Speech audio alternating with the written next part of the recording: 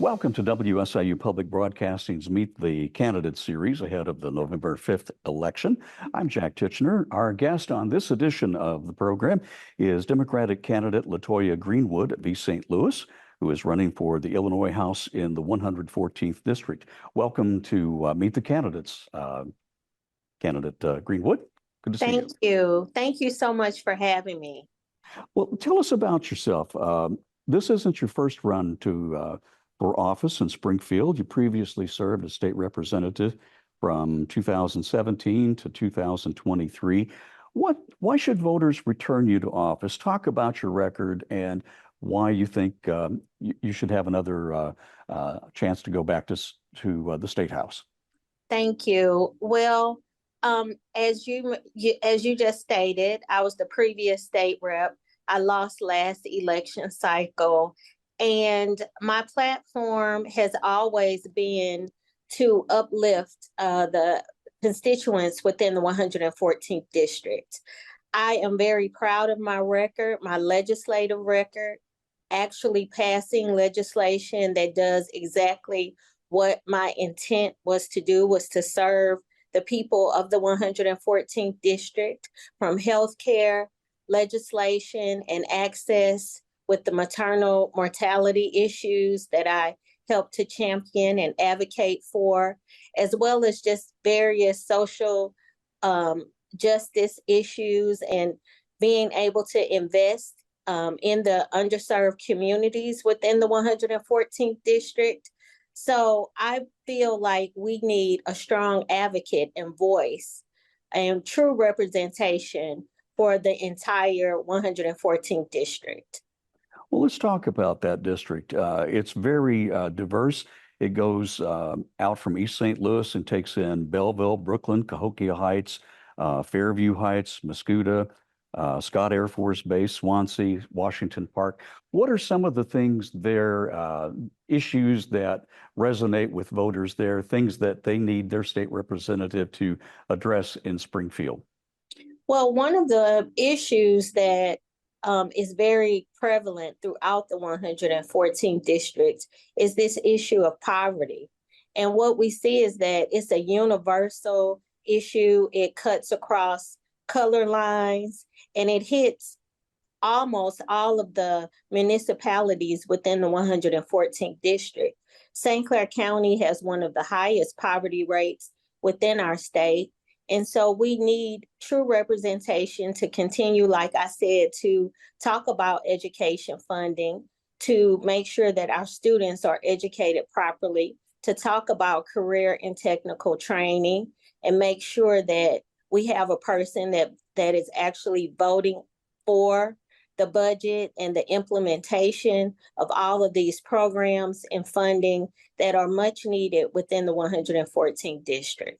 Well, you touched upon a question I was going to ask. As you look at the state of Illinois has a gross domestic product of over $1 trillion now and has for several years. We're one of the top revenue generating states in the United States. But as you pointed out, a lot of those benefits don't trickle down to a lot of folks. There's unemployment, inflation, housing, and food insecurity. What is your prescription for trying to turn those things around in southwestern Illinois? Well, I always talk about investment in people, investment in programming, investing again in education and training, workforce development. I'm very proud of my record. When we look at universities, community colleges like SWIC, the work I've done in terms of helping fund the manufacturing and career technical facility that they have. When we talk about expanding career and technical education right here in East St. Louis, I'm very proud of some of the funds that I've helped allocate toward that as well. The only way that we can address poverty and to fill in those gaps is by investing in people, communities, and programming and services, providing the resources that they need. And the way that you do that is through the budget process. One of the things that has struck me in the last few months, as you look at how the Pritzker administration has been addressing economic development across the state of Illinois. There's been a lot of focus on a new area called quantum computing. They're talking about developing a campus for that in the Chicago area with all the state universities. There's a big investment being made in the electric vehicle industry in the state of Illinois, particularly around the Bloomington Normal area. Are those kinds of initiatives going to be the ones that will create the most jobs in the East St. Louis metro area, or do we need to take another look, like building more out in terms of job development around Scott Air Force Base, for example? I believe we need all of the things you just stated. But the only way that we could be a part of that is to be part of those conversations and discussion, and to have a true advocate at the table to understand that whatever is happening around the state around job creation and having people go to work is what we need within the Metro East area. If it's happening in Bloomington, we need a pilot program here in the Metro East. If it's happening in Chicago, we need a pilot program here in the Metro East as well. And of course, there should be specific training and programming that is more specific to Scott Air Force Base, but we need all resources to be able to uplift the people here as well. Same kind of question for small business development. You know, there's a big focus on the big employers that maybe generate 1,000 to 2,000 jobs, but a lot of the economy rests upon what small business contributes. When you take it all into account, it's a huge part of the state's economy. What should the state be doing to help create more jobs in businesses that maybe have 25 to 50 employees, maybe 100 employees? Well, I believe that the state of Illinois has done an excellent job in highlighting and supporting small business owners throughout the state. In particular, I've been visiting a lot of small businesses in the Metro East area within the 114th district, specifically women-owned small businesses. And so I've heard about some of the concerns and issues that they have faced. But also I've heard about the supports and the wonderful resources that our state offers small business entrepreneurs. And so again, here in the 114th district, it's about resources and information, being able to provide those things throughout the 114th district to help us move forward. I'm going to move back to a topic that I know has been a key issue in Springfield for decades now, and that's property taxes. Illinois ranks only second to New Jersey when it comes to high property taxes. Springfield's been talking about that for years for property tax relief. They've done lots of studies, but so far nothing's been actually done in terms of a statewide response. Where do we start addressing that? Because it's one that goes all the way through state school funding, because we don't support at the state level local districts as much as other states do. How do we attack that? I believe I remember being a part of a property tax task force at one point while I was state representative.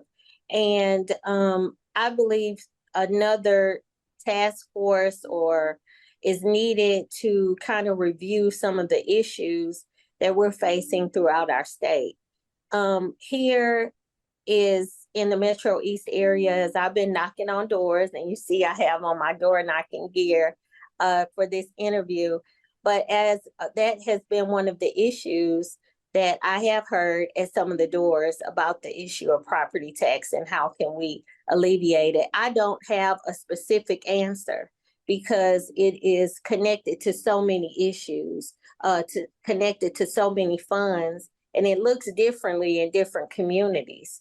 But I do know that we do need to continue to work on it, provide, get stakeholder input, listen to our constituents on what we need to do to alleviate or relieve property tax burdens. You know, you touched upon the topic of education a while ago. Let's talk about K through 12 education for a moment. Lawmakers, of course, passed the education funding reform package several years ago that uses the evidence-based model that employs a lot of different data points to determine what constitutes adequate funding levels for individual school districts. The state's been investing $350 million a year to level the playing field for poorer school districts. How's that worked out for schools in the 114th district in Southwest Illinois? The schools here are continuing to thrive. As you know, East St. Louis is my home base. So, and Cahokia Heights is one of the neighboring school districts. And I believe in our area, they benefited a great deal due to that, excuse me, due to that funding formula. And I was happy to be in office to have the opportunity at that time to vote in favor of that funding change, because we know that no student should determine their success based on their zip code. And so that was one of the things that helped to change, to get us on the right track. We're not fully there yet, Jack, but we're almost on the right track in making sure that every child has access to the equitable and quality education that they deserve. Education advocates say, though, that even with the $350 million a year that has been pumped in for several years now, a lot of school districts are still falling behind. They've got a lot of different issues to address, especially rural schools that are facing enrollment declines. Is it a matter of more money at the state level? And how would the state actually do that, since we've been getting warning signs over the last year that the state budget is not growing as quickly, or excuse me, state revenues are not growing as quickly as they once were? I think that it's an issue that we have to look at what our priorities are as a state. And each representative for their representative district has to come to the table and fight for what is a priority for their constituents. For us here, we have urban, we have rural, we have suburban school districts. And again, it points back to trying to alleviate this issue of poverty. So for me, education funding is a priority because I know that it uplifts people out of poverty and it changes, it breaks cycles of poverty. So that would be something that I would like to continue to fight for. We can look at how that funding has impacted our district since the implementation of the funding and decide whether or not it is about more money, or is it about what is it? When you recategorize the money that the districts have received, is it something at the district level, or is it something that can be addressed at the state level? Another hot button issue in Springfield over the past few years has been the continuation of the Invest in Kids tax credit program that helped low-income students attend private and religious schools. It was not renewed by the legislature last year. Supporters, mostly Republicans, said it was vital to school choice, while opponents criticized it for taking money away from public schools. Where do you stand on Invest in Kids? My stance has been that we do not want to take money away from public schools. So that has been my stance, and I'll continue to support public schools. Even though I went to Catholic schools for the entirety of my education, but I truly believe that for the school districts in my district, that it is a better choice for us to invest in public school funds. Economic development and quality of life is driven in large part by the quality of the state's higher education system. The senior universities, the 12 senior university campuses around the state of Illinois, as well as the community colleges. But a lot of higher education institutions are in trouble. Western Illinois University has announced plans to lay off dozens of faculty and staff. They're dealing with a $20 million deficit. I believe Northern Illinois University's deficit somewhere around the $31 million mark. SIU Carbondale's also got problems in that area. What should the state of Illinois be doing to try to reverse those trends? We have fewer students who are going to college in the state of Illinois, and the universities are, as a result, feeling that economic pinch because of the lack of tuition dollars. I feel like we need to do a rebranding of our Illinois colleges and universities, and highlight how, different different programming that each of the colleges and universities have. We have to talk up what we have right here in Illinois for our students to be able to stay and to be able to thrive at these universities. As far as helping them with the deficits, well, that would be an issue. I believe that, again, we would have to look at as lawmakers to see what would be the best way moving forward to assist them. Legislation has been proposed by Senate Majority Leader Kimberly Lightford, Democrat of Maywood, that would create a program for higher education that looks a lot like the evidence-based model that we now use for K through 12 schools. Is that a workable solution? Have you had a chance to look at that?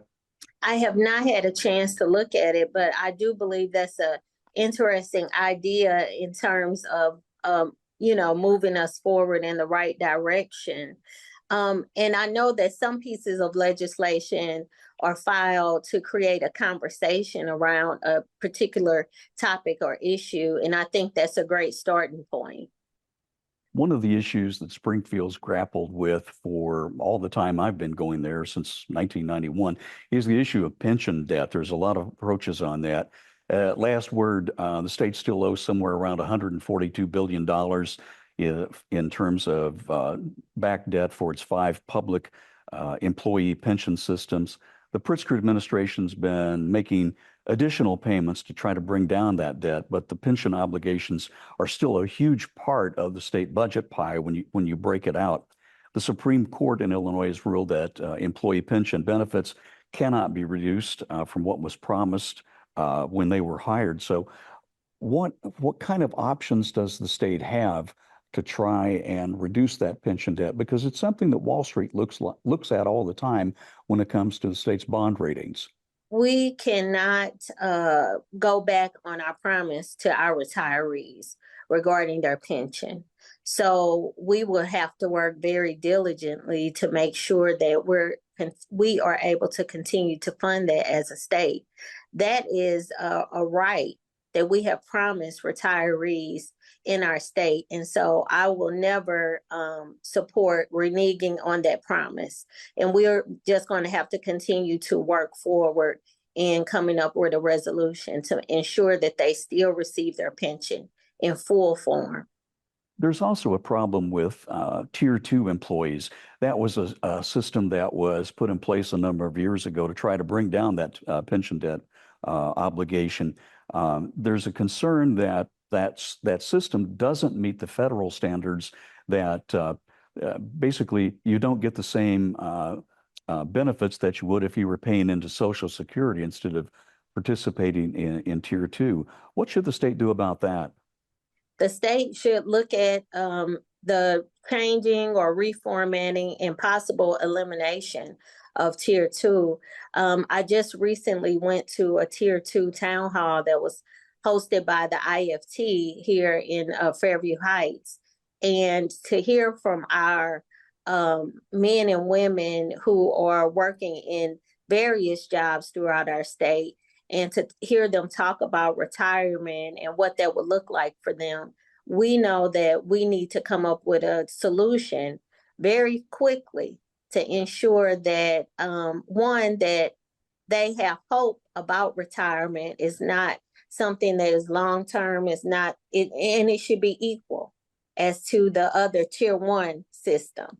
So Transportation infrastructure is a huge building block for economic development, especially in the Metro East. You've got all the major interstates going through there, the railroads, you've got river commerce, you've got Scott Air Force Base.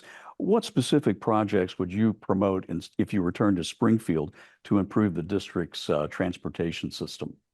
Well, one of the things that I've been happy to talk about is that I was in office to vote for the Rebuild Illinois. And so throughout the 114th district, we see a lot of infrastructure projects that are going on around us. And it's like those little seeds have been planted. They're starting to come to fruition now in the 114th district. So I would like to continue to work with the municipalities and with the IDOT local unions to continue to move us forward on various projects.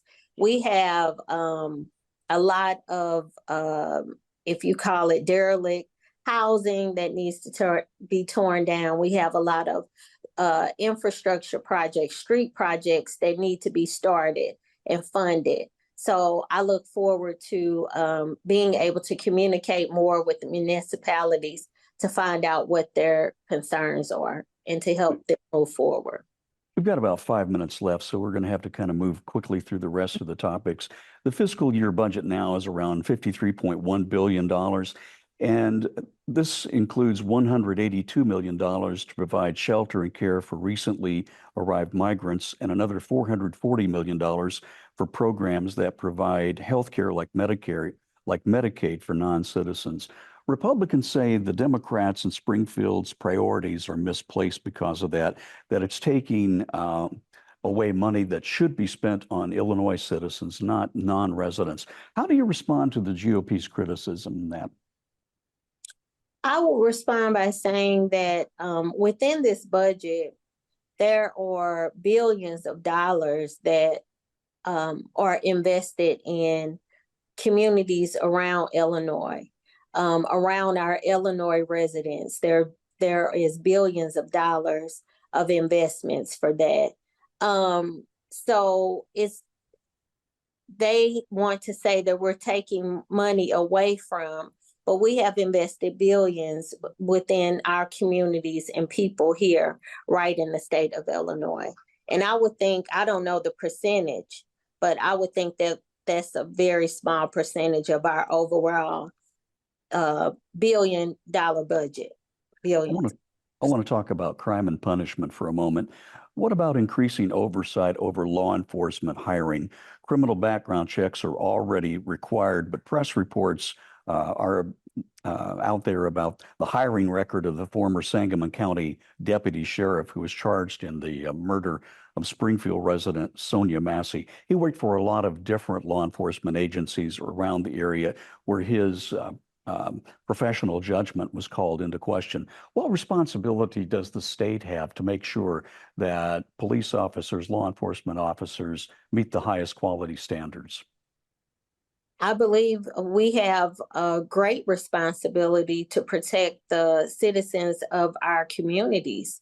And we should have an oversight that is able to identify, I call them bad actors within police departments around our state.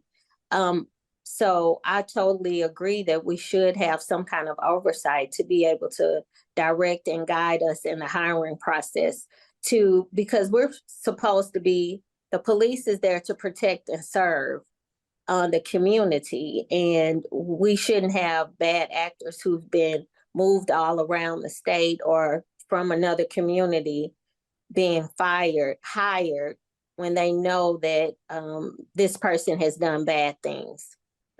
There's a final question I have for you. It's been nearly 2.5 decades since the Chicago Bears, excuse me, and even longer since the Chicago White Sox sought help from the state of Illinois to rebuild Comiskey Park and renovate Soldier Field. Both teams are now back asking the state to help them build new stadiums. Governor Pritzker and the Democratic leaders so far have rejected any state support for new facilities for the Bears and the White Sox. Where do you stand on the issue, especially as someone who would be representing a downstate legislative district. Should private money be the only source of rebuilding or building those projects, or is there any role for any kind of state funding for them or tax breaks? At this time, I don't think we should assist in funding them. I am a true Bears fan, but I don't want to fund their stadium and project. I have too many other things that we need to fund right here, down in the Metro East area. So that's not a priority for me. It's been very good talking to you. We've got about 30 seconds left. Anything else you would like to add before we go? Just want to thank you again for having me, and I look forward to serving the constituents of the 114th district again. Thank you very much. Democratic candidate for House of Representatives in the 114th House District in southwestern Illinois, LaToya Greenwood of East St. Louis. Thank you very much. Thank you.